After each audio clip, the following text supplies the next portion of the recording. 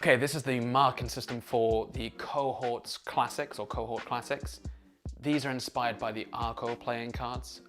We wanted a casino style deck at Illusionist, but with incredible markings, kind of akin to Speed Reader in the fact that they're huge and very visible and very easy to read. So I'm going to run through the marking system on these. It's super easy. Essentially on the back design, in the top left corner and the bottom right corner of the back design, there will be a hidden marking. So I'll go through these for you. There's one card in the deck, or two if you keep kind of like a full deck with minus jokers. There's two cards in the deck that don't have markings. The first is your duplicate card, the Queen of Spades. That's the first card that does not have the markings on the back. So if you do keep a dupe inside your deck and you try and read the card on top, or a card a spectator's chosen, and you don't see a marking, it's probably this card. The second card that doesn't have a marking is this card, which is your double backer with different colors. So it's blue on one side, red on the other. This doesn't have a marking. So again, if you are going to use this, you can either put like a pencil dot or a Sharpie dot, so you know which one is your double backer, or you can exclude the dupe and this from the deck. So you'll see from this in particular, if you can zoom in on this corner here, you'll see an A on the right hand side of the bird and a H underneath the wing. So each marking is on the wing of the bird. So underneath that wing, you'll see a letter. So S is obviously spades. Hearts is denoted by a H. Clubs is a C.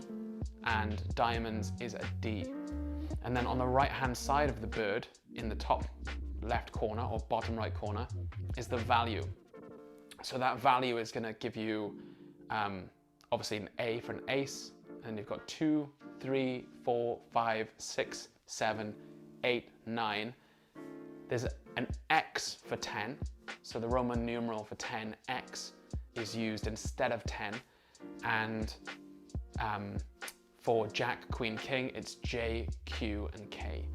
So there is some practice needed, obviously, to quickly read the markings, but I'm going to show you one discrepancy that we've noticed that you need to train yourself on. So if I mix these up, and I'll show the camera. Okay, one of these is the 10 of clubs, the other one is the King of clubs. So once you're familiar with the design, you'll easily be able to tell which one's a K. So I just want to show you here now. An X is 2 equal straight lines.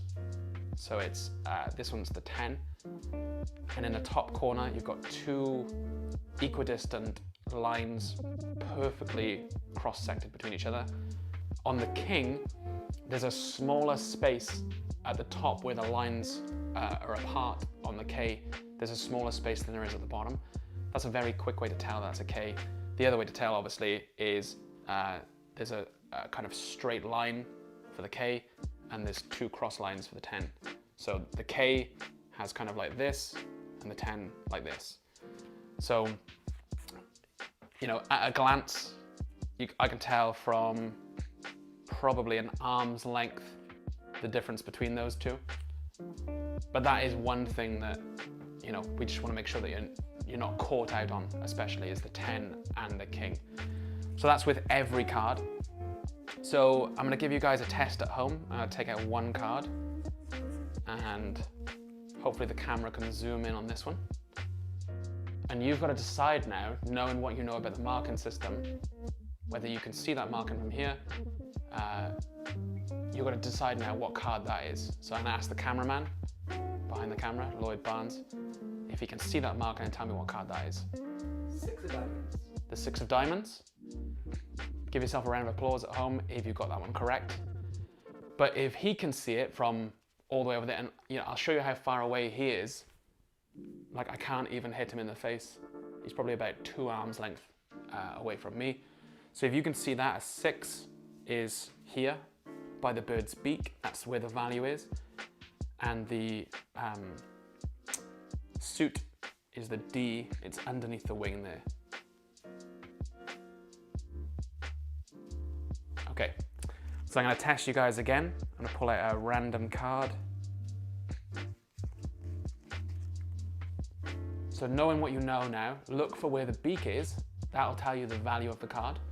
And then underneath the wing will tell you exactly what suit that is. So I'll ask the cameraman again, and you at home play along. What card is this? 8 of spades. And it is the 8 of spades. So as you can see, it's a very easy marking system with this deck. Very clear markings, both from a top left perspective. If you get riffled down, I know now that's the Queen of Clubs, and it is. So you can have a free selection. They say stop, they say it's there, it's the 8 of diamonds, and it is the 8 of diamonds. So you can get a good read from there. Anywhere they say stop, that's the 10 of spades, and it is the 10 of spades. Or the back side. So, you know, you have to get used to reading upside down, I guess, but from here, you can see that's the 7. So you've got this corner here, if it's you, and you've got the top left corner there, either from a dribbling position, from a riffling position, from a spectator pulling it from a spread position. You can see all of those. And if your spectator's holding it and they cover the marking here, let's say they take out a card, but they cover the marking, you can at least have a chance now of seeing that upside down. So I know that's the 10 of diamonds, and it is the 10 of diamonds. So from knowing the marking system, you should be completely covered from arm's length, from on the table, from kind of this position, from a spectator holding the marking, from a spectator holding it flat in their hand. From almost every position there, you should be able to see those markings in the cohorts. That's why we're super proud of it. That's why we love the Cohort Classics deck, and we hope you love it as much as we do. So thank you so much for picking these up. Take care.